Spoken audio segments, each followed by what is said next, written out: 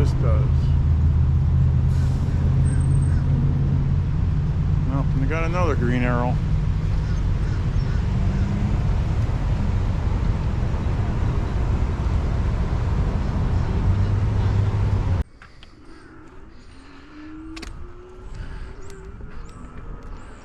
Well, hello everybody, and welcome back.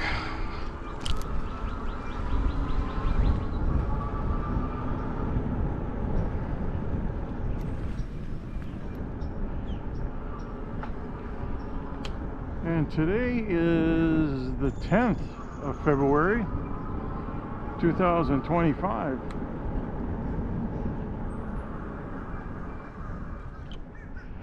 And we are in Palm Coast again, and we're gonna go on a little trail ride. Should be about 20 miles or so, I believe.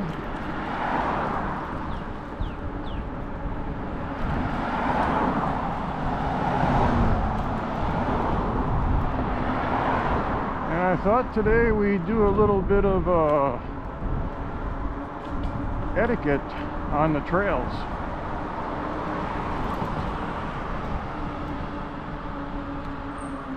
And here's our first one. Morning.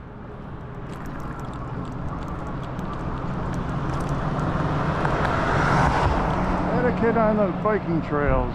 As more and more people get e-bikes and get out to walk and talk and everything on the trails, they do start to get a little congested.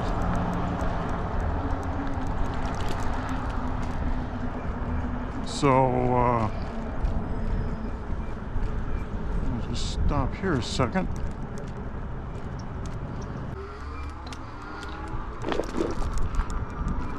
So like I was saying, there's a certain amount of etiquette one needs to know. And throughout this video, I think I'm going to pepper in the 10 best etiquette rules on the trail. There are many more, but these are kind of the tip of the iceberg, as it were, to promote good trail safety. And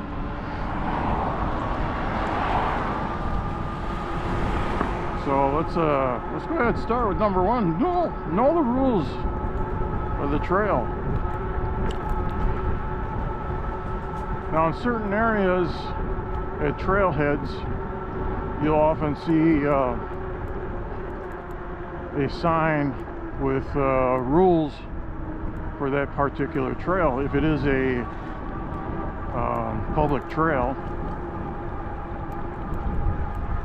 if it's not a trail that's designated by a name of a trail, kind of the general rules of the trail become in effect. But get to know that if you see a placard or a sign that has rules for the trail, just stop and take a look at it. A lot of them may be the same as a regular trail, but there may be some rules stuck in there because they do have the authority to mix and match, make their own rules, as it were.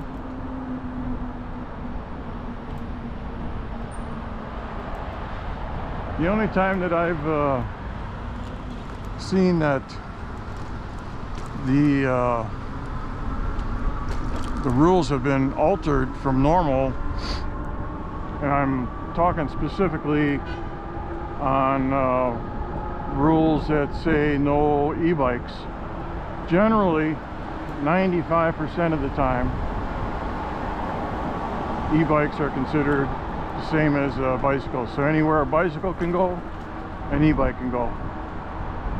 Now there may be different locales and cities that adopt stricter policies, and the one that came to mind was when I was in what was that, Pensacola, going down to the beach. I was going to go on a bike trail right on the boardwalk.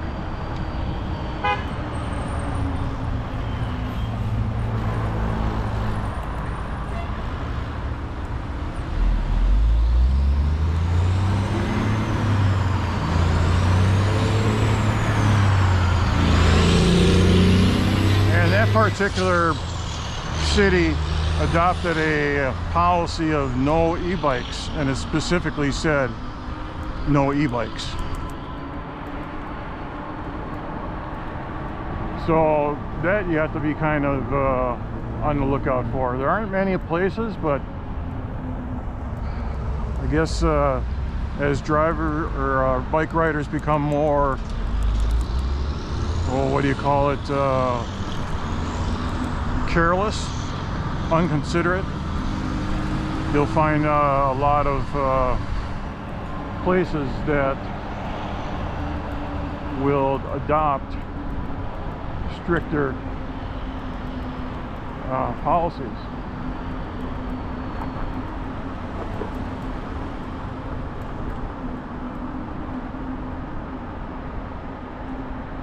And a lot of these trail rides, rules for the trail have just common sense ones, but sometimes you'll have people say, well, it wasn't in the rules. So rules are for clarifying what needs to be clarified.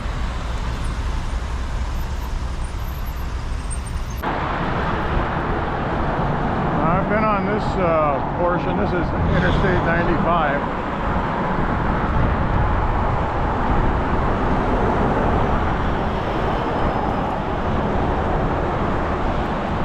Alright, so number 2 on our list on biking etiquette is to yield right away to others, whether that be pedestrian or horse or vehicles. If you're on the path and you're coming up on a person that's coming towards you, and the trail's not really wide enough, slow it down a little bit so you can take evasive action at the last minute.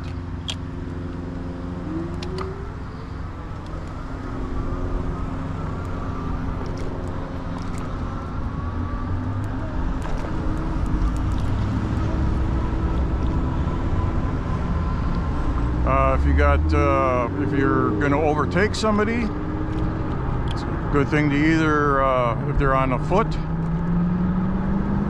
kind of make an observation if they got earbuds on or headphones, and if they do,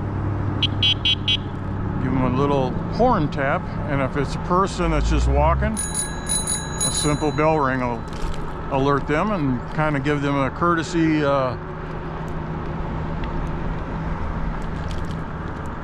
explanation, and tell them that you're passing on the left. Most likely it's going to be on the left, but I've had some people that jump over to the left side, so you got to slow down, because sometimes people react at the last second, so they think you're running right on top of them, and so they jump out of the way. But it should always be to the right side that they should be going, and then you're passing on the left side. But either way, you slow down a little bit, just so you can take advantage of it. And you know, if you run into issues, then you're easier to make quick changes. Now, like, we got some people coming up here. This truck is turning, so they're probably never going to yield to me.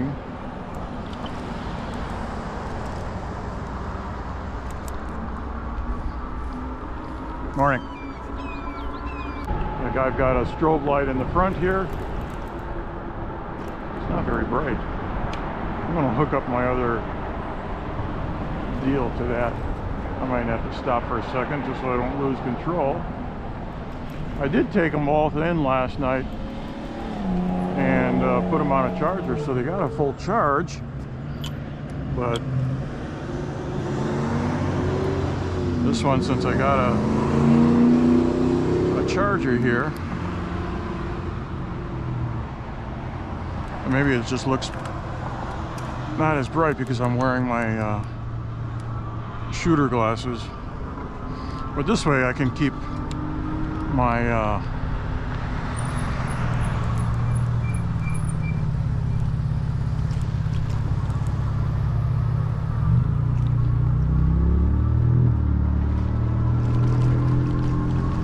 this guy's gonna blow right through. I know he is.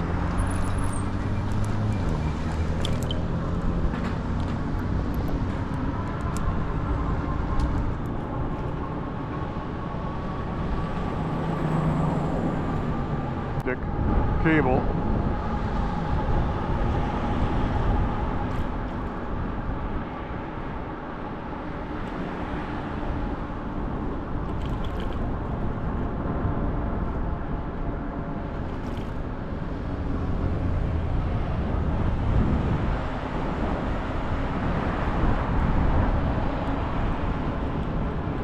Trails are heading off to.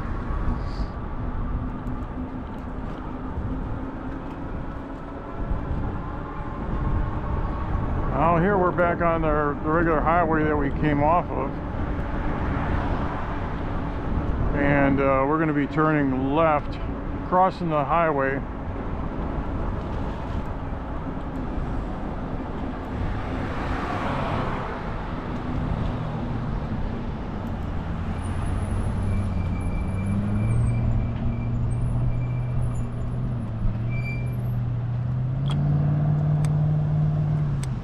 Home Coast Parkway. So then we'll be back on our regular trail again.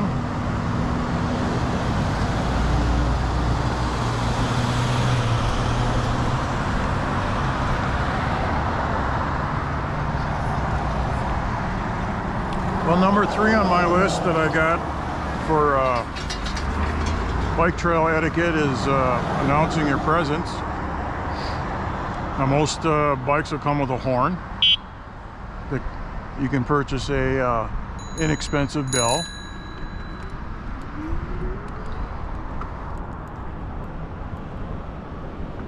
And if all else fails, you can use your voice.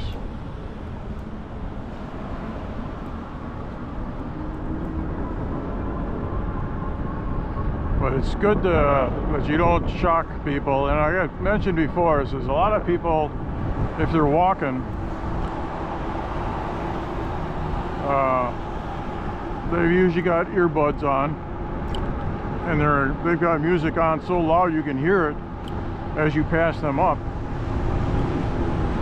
And my rule of thumb is, if I see earbuds or headphones, they get a horn. That horn is nice and sharp. It gets their attention. Should get their attention, but sometimes they don't.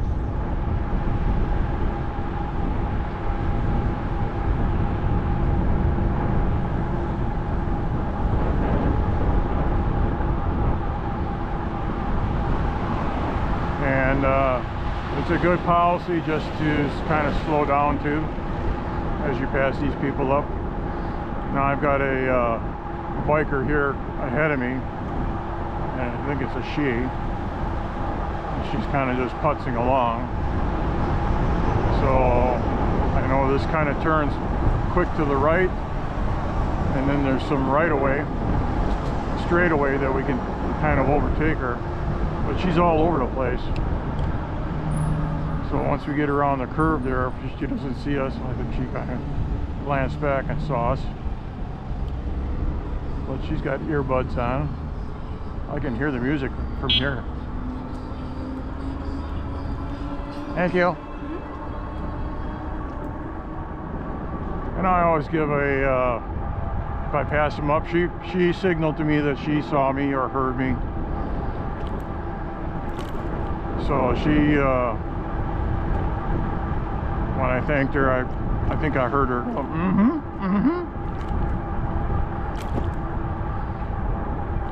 And most of the time, if you're pleasant to them, they'll be pleasant back.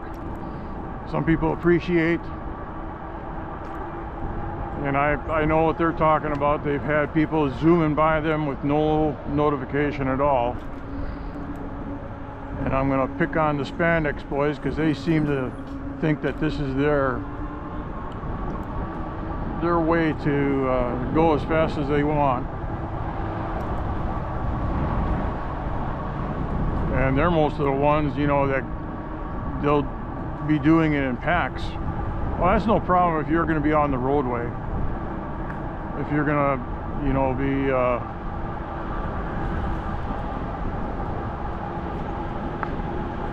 if you're going to be drafting, you know, because sometimes they're only like a foot away from the guy in front of them or something like that. But they always maintain their speed. And I know they're going more than 15 miles an hour on some of these trails. More like 20, 25, especially with some of these newer bikes that cost thousands of dollars.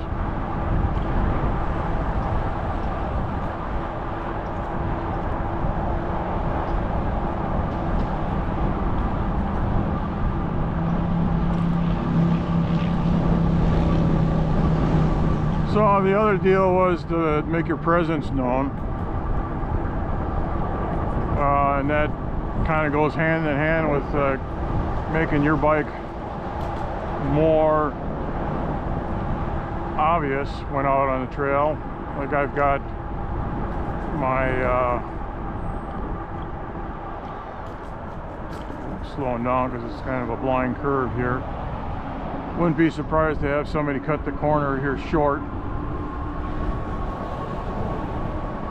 But I got strobe lights on the front and the back. On the back, I think it's important to see, depending on what you're wearing. Now, I'm wearing a blaze orange shirt today, and I kind of use different color shirts different days. And I'm also looking at getting a high-vis, it's not a vest, but it's more like a belt, a cross belt. I think it'd be a lot cooler than getting a vest, because then you got to worry about the vest crunching up and this and that. So I'm getting that. I think I'll be getting that. That way I can wear a dark shirt and still have that little belt, high-vis belt on, cross belt. And it's cheap. I think it's only like $5 or $6.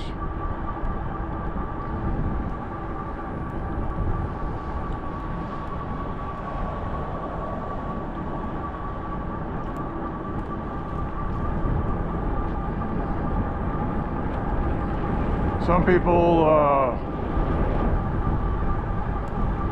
will have their headlight on during the day, which, you know, I have to admit I did that in the beginning before I got my strobe lights. The headlight is, you know, it doesn't, especially if it's not pointing in the right direction, they won't see it. But sometimes, you know, with the strobe light, you can see that from quite a distance, depending on, you know, how bright the lumens are.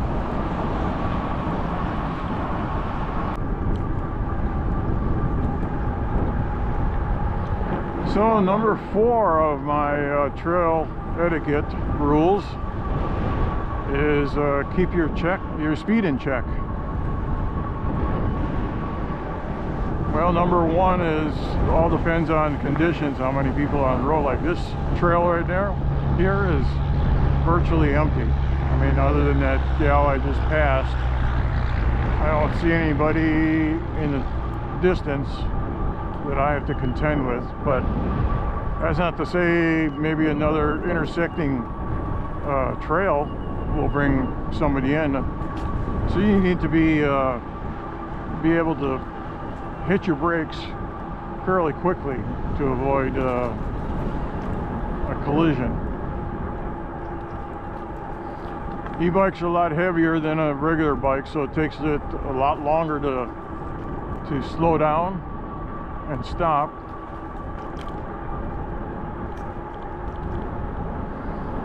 And like I was saying, most of these trails, they advertise a 15-mile-an-hour speed limit on, especially if they've had issues in the past with people zipping along.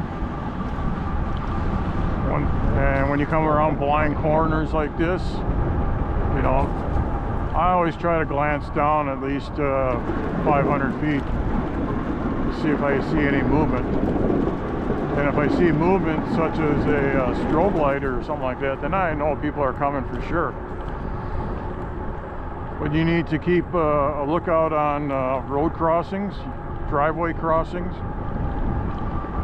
anywhere that you may run into traffic.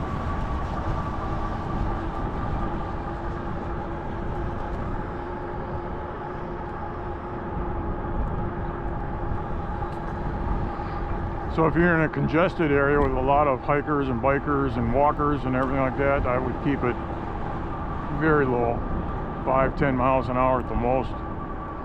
Out here you can kind of let it rip out. I mean, I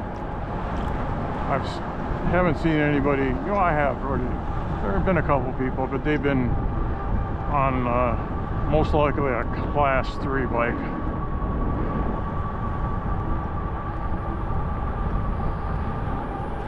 Mine's a class 2. The motor is capped off at 20 miles an hour. It's kind of hard for me to hit 20 miles an hour lately, just with all my weight and gear and everything.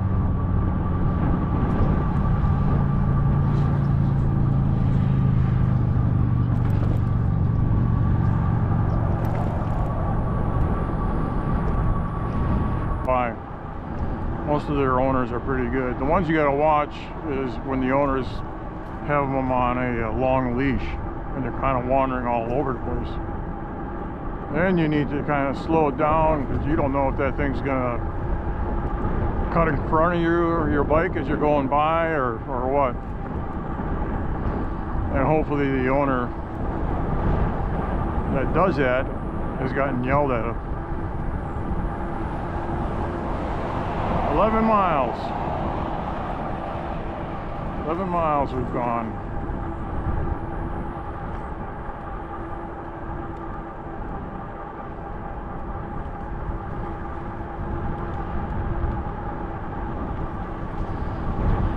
I think with the 2 batteries I got, I'm comfortable that I can go 25 to 30 miles.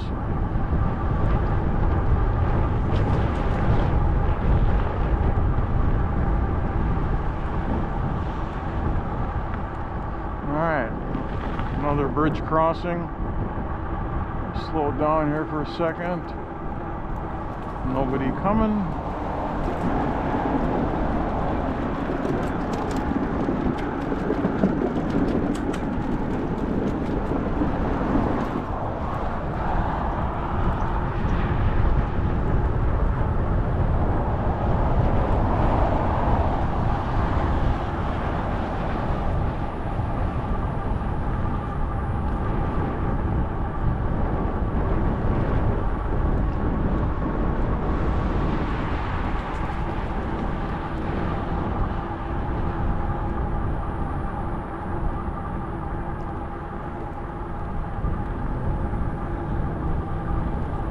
.4.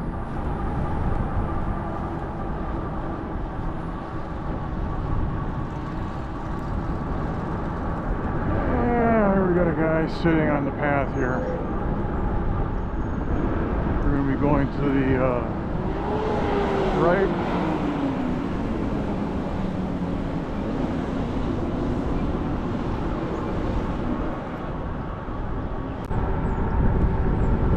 So number 6 on my list of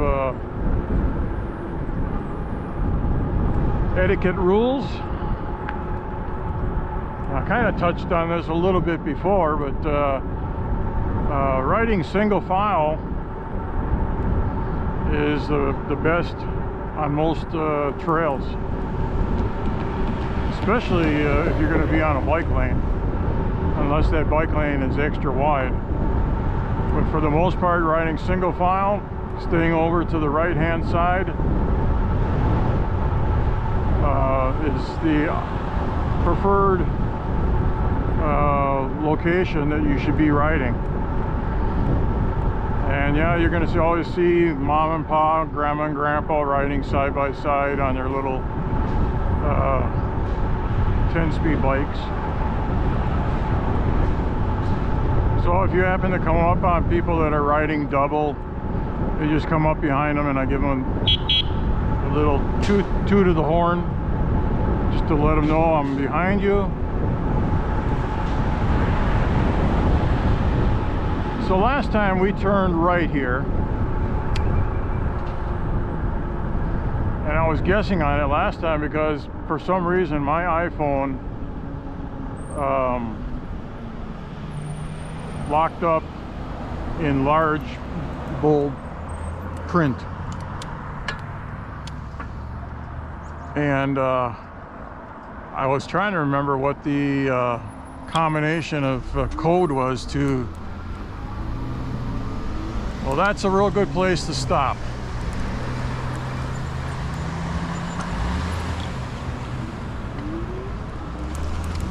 Stupid. I swear people need to be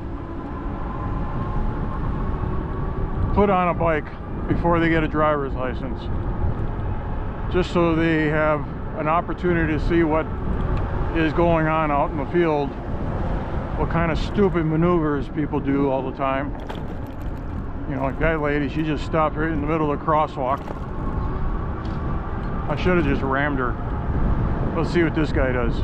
He sees me coming. They're just gonna blow. This is Florida. Florida people don't stop. You've heard of the old California stop, where you don't hit the brake pedal unless you really need to? Well, this is kind of like the Florida stop. People just keep on cruising. They won't stop unless they're in imminent danger of a collision or whatnot.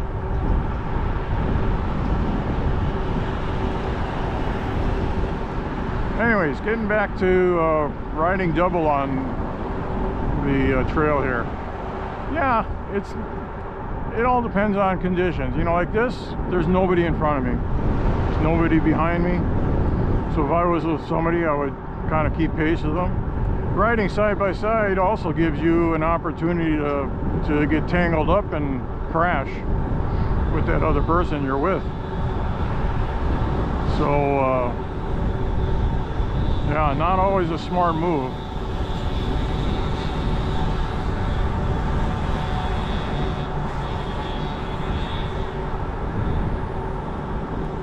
Alright, so we've got an entrance here. You kind of turn this around so you didn't have a running start at it. And then you also put a speed bump in there.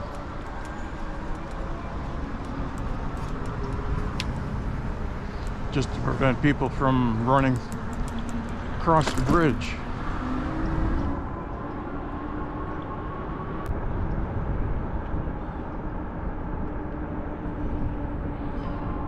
All right, so number 7 is to be cautious on downhills. And this goes on paths too. Sometimes when you go over a flyover, the other side of that is basically straight down, and you can get some pretty good speed on those flyovers coming down, and it goes for regular roadways. The reason being, you can get 30 plus miles an hour sometimes on that, and of course the one thing you got to worry about is braking. The last second, the main control. What happens if you hit a pothole or a piece of debris out on the roadway and lose control? It's pretty easy to lose control on these bikes.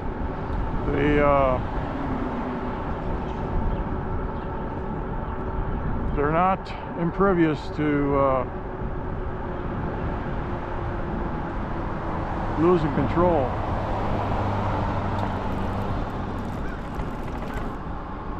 So yeah, you can go fast, but as long as you can maintain your speed and control your speed, and always think about the worst case scenario when you're going down a hill. What's going to happen? What's down at the bottom of the hill? Are there people walking? Then you need to slow down. Are there other bikers? Is there dogs running around? You know, a lot of things you need to consider. Worst case scenario when you're coming down a hill. So the best thing to do is just kind of maintain a nice, safe, consistent speed when you go down.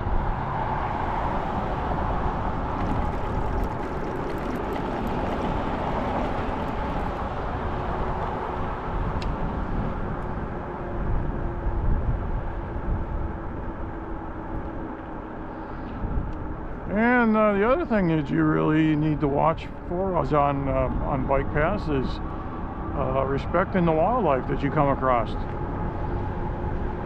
Squirrels are probably the biggest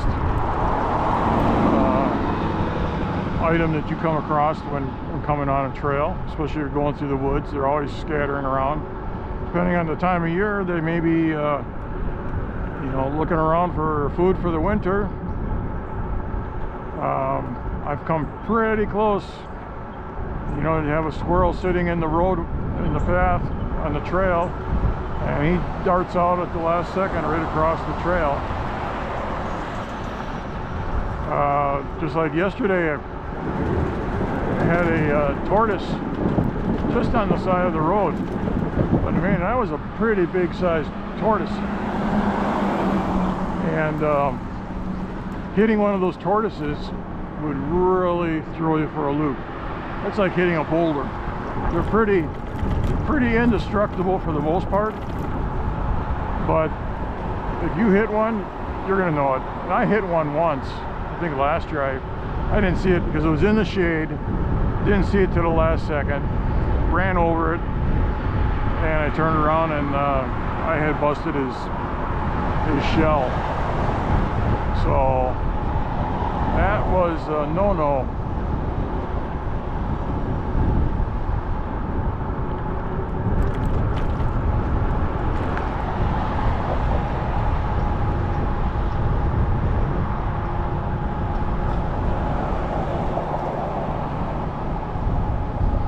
I think this should be the intercoastal, or one of the branches of it.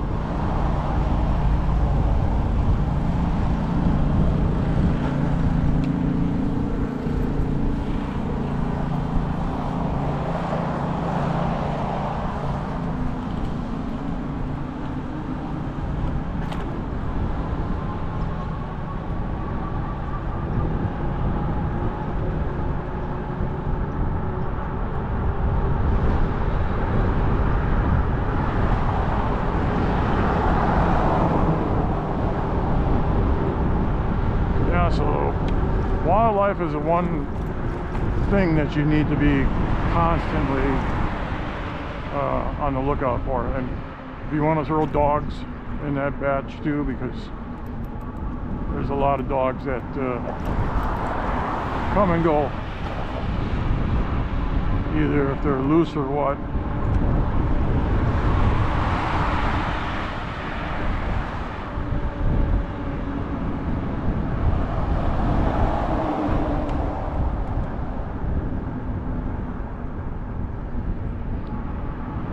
So another item, let me see, what do we have to, number 9 is pack out what you pack in. You, as basically said, don't litter. I think we're all beyond that point, but you still see water bottles thrown off to the side of the road. You know, people stop at a little picnic area and have, you know, a little lunch or something. You know, just clean up after yourself. If they don't have a trash container available, just throw it in your ditty bag or in your pocket and take it home with you.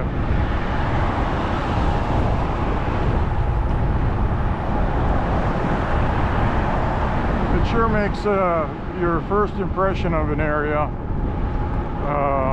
if there's no garbage or littering on the ground, versus if somebody just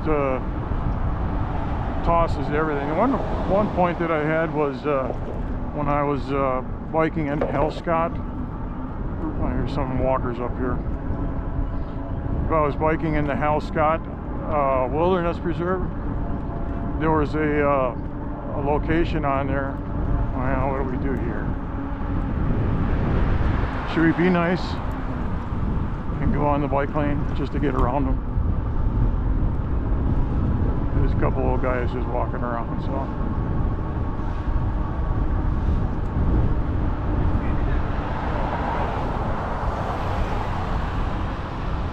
That was nice. I didn't want to blow it.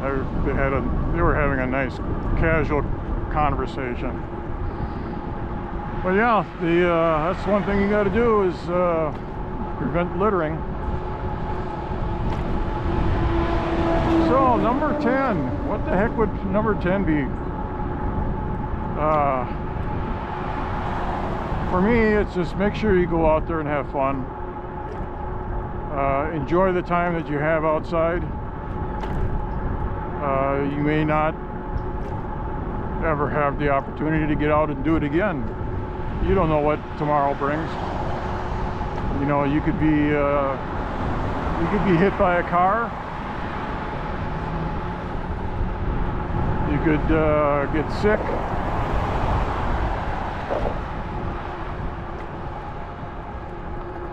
So just go out there and enjoy your travels that you have outside.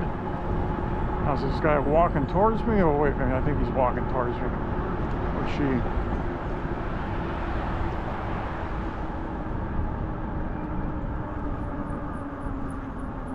Hi there. Good eye contact. That's a big plus when people see you coming. And obviously she saw my strobe light, so that caught her attention. I've seen people walking reading a book.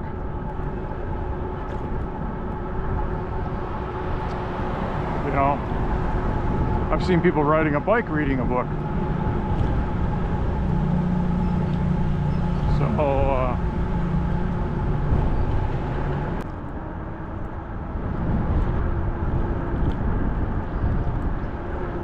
yeah, so those are some of my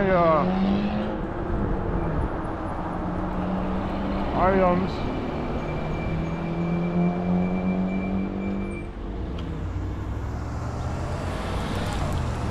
My trail etiquette. Drop me a comment, see what you want. I mean, there's others, obviously there's others that can be put in there, but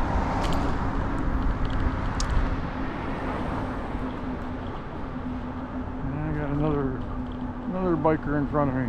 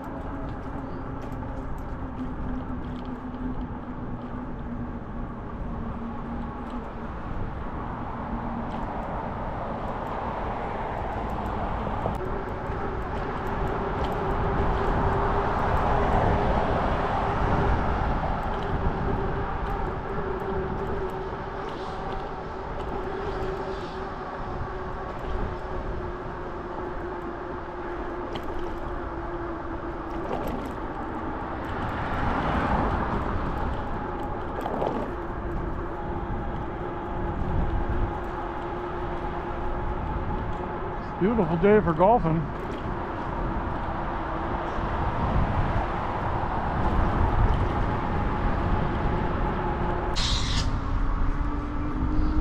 All right, appreciate you coming along for the ride today.